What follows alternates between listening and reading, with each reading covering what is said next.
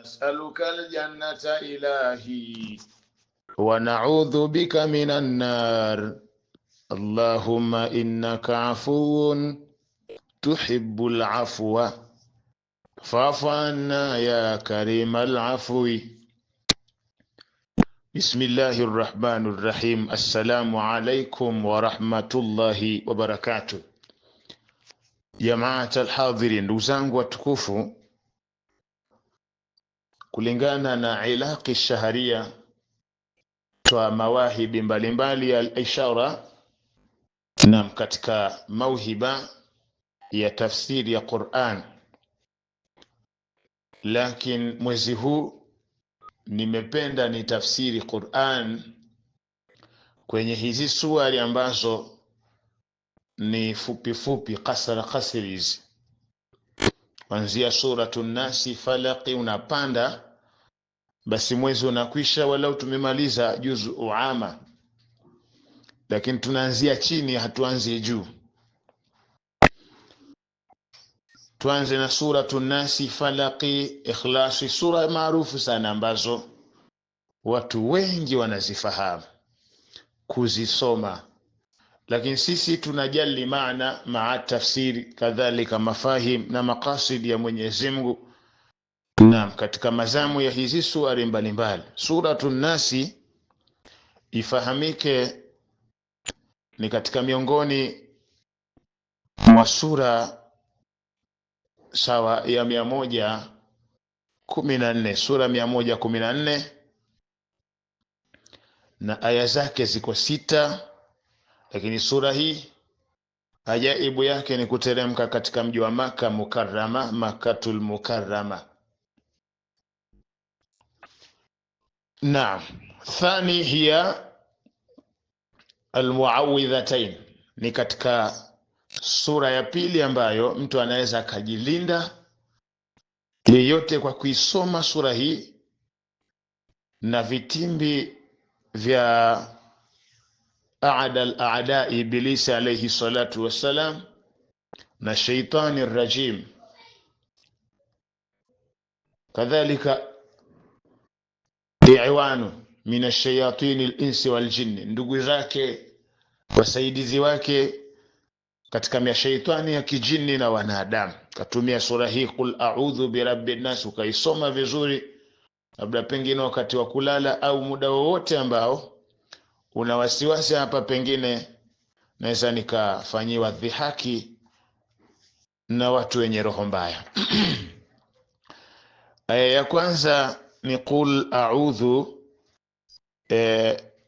birabbin nasi. Qul ni bwana mtume anaambiwa hapa qul, ipo sababu, ndio maana bwana mtume Muhammad anaambiwa na Allah subhanahu wa ta'ala, qul, sema, a'udhu, najilinda, ay qul ya Muhammad, a'tasimu, naegeza msaada, Mwenyezi Mungu anisaidie, wa astajiru, na naomba istijaru, sawa, ni kuepushwa na yale machafu na mabaya pengine yanaweza kanipata, kupitia istijari na i'tisam, kuegeza na kujilinda. Kwa nani? Ndio kwa Mwenyezi Mungu, Rabbin Nasi, mola wa watu, mola wa watu. Ndiko hapa unatakiwa ufahamu mwanadamu ni kiumbe kwa thamani, kiumbe mtukufu sana, sawa, tashrifan wa takriman. Ikhtisasu ya nasi bidhikri ni kwa sababu ya tashrifan wa takriman, kumtukuza mwanadamu, lakini pia na kumfadhilisha kuwa ni kiumbe bora sana. Ndio maana imetumika birabbin nasi. Angeliweza Mwenyezi Mungu amfundishe mtume isti'adh, isti'adha, i'tisam, sawa, istijar, iwe birabbi albariya, viumbe vyote, lakini katika viumbe amemchagua mwanadamu mola wa rabbin nasi, mola wa watu. Wale Mwenyezi Mungu sio mola wa bahaim, wanyama, sio mola wa aljinni. Kwa nini asingesema qul a'udhu birabbil jinni, qul a'udhu birabbil bahaimi? Sawa, qul a'udhu birabbil hasharati, viumbe wadudu hawa. Lakini kwa sababu mwanadamu ni kiumbe bora sana na ndiye aliyewaumba wanadamu, sawa, na ndiyo mlezi wao, wa mudabbir shu'unihim, na ndiyo mwenye kuendesha mambo yao, akatumia birabbin nasi, ingawaje viumbe viko vingi sana. Hapa unagundua kwamba mwanadamu ni kiumbe mwenye thamani kubwa sana. A'udhu birabbin nasi, kwamba sema najilinda kwenye kila kinachoweza kunidhuru na mola wa watu. Hawa watu mafil kauni, hakuna kama wao, viumbe vilivyo bora. Amadahum, Mwenyezi Mungu aliwapa, aliwatunuku yale ya ziada kuwapa bila akli, ndio kiumbe kilichopewa akili iliyosalima. Lakini pia wala ilmi, na wanadamu wamepewa ilmu ya mambo yao mengi sana.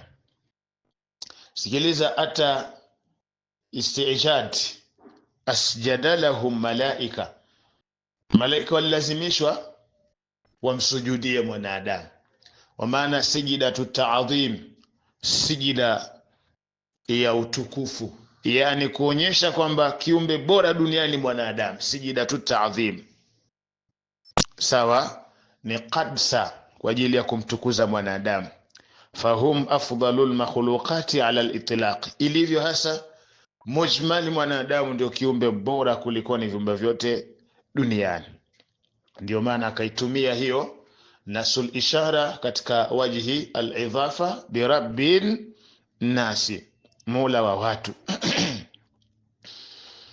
A'udhu bi rabbin nasi malikin nasi, mfalme wa watu. Ndio Malik, Mwenyezi Mungu ni mfalme wa jumla ya viumbe vyote, sawa. Malakan taman shamilan kamila, ni mfalme aliyetimika kwenye kila engo, anayewaenea wote ufalme wake, yani wote viumbe wake wote, hakuna ambaye anaweza kuwa chini ya himaya ya ufalme wake, tena kamila, uliokamilika kabisa. Unaona? Mwenyezi Mungu yadhbitu a'malahum, anadhibiti matendo. Ndiyo maana ya ufalme, sababu ukiwa mfalme kuna matendo mengine unaweza ukayafanya kwa siri, lakini mfalme wako ama kiongozi tuseme ndio huyo mfalme asijue. Lakini Mwenyezi Mungu anadhibiti matendo, tena wayudabbiru, na anaendesha shuunuhum, mambo yao, shuunahum, mambo yao.